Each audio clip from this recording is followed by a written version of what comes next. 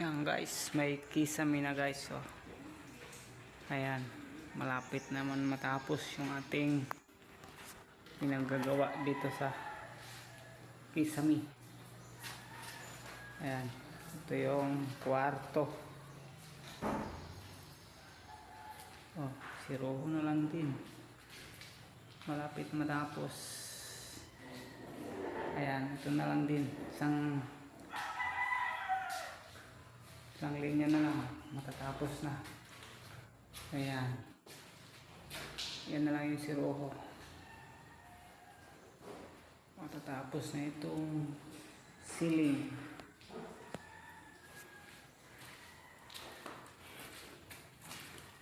Ano, may skim coat na rin siya.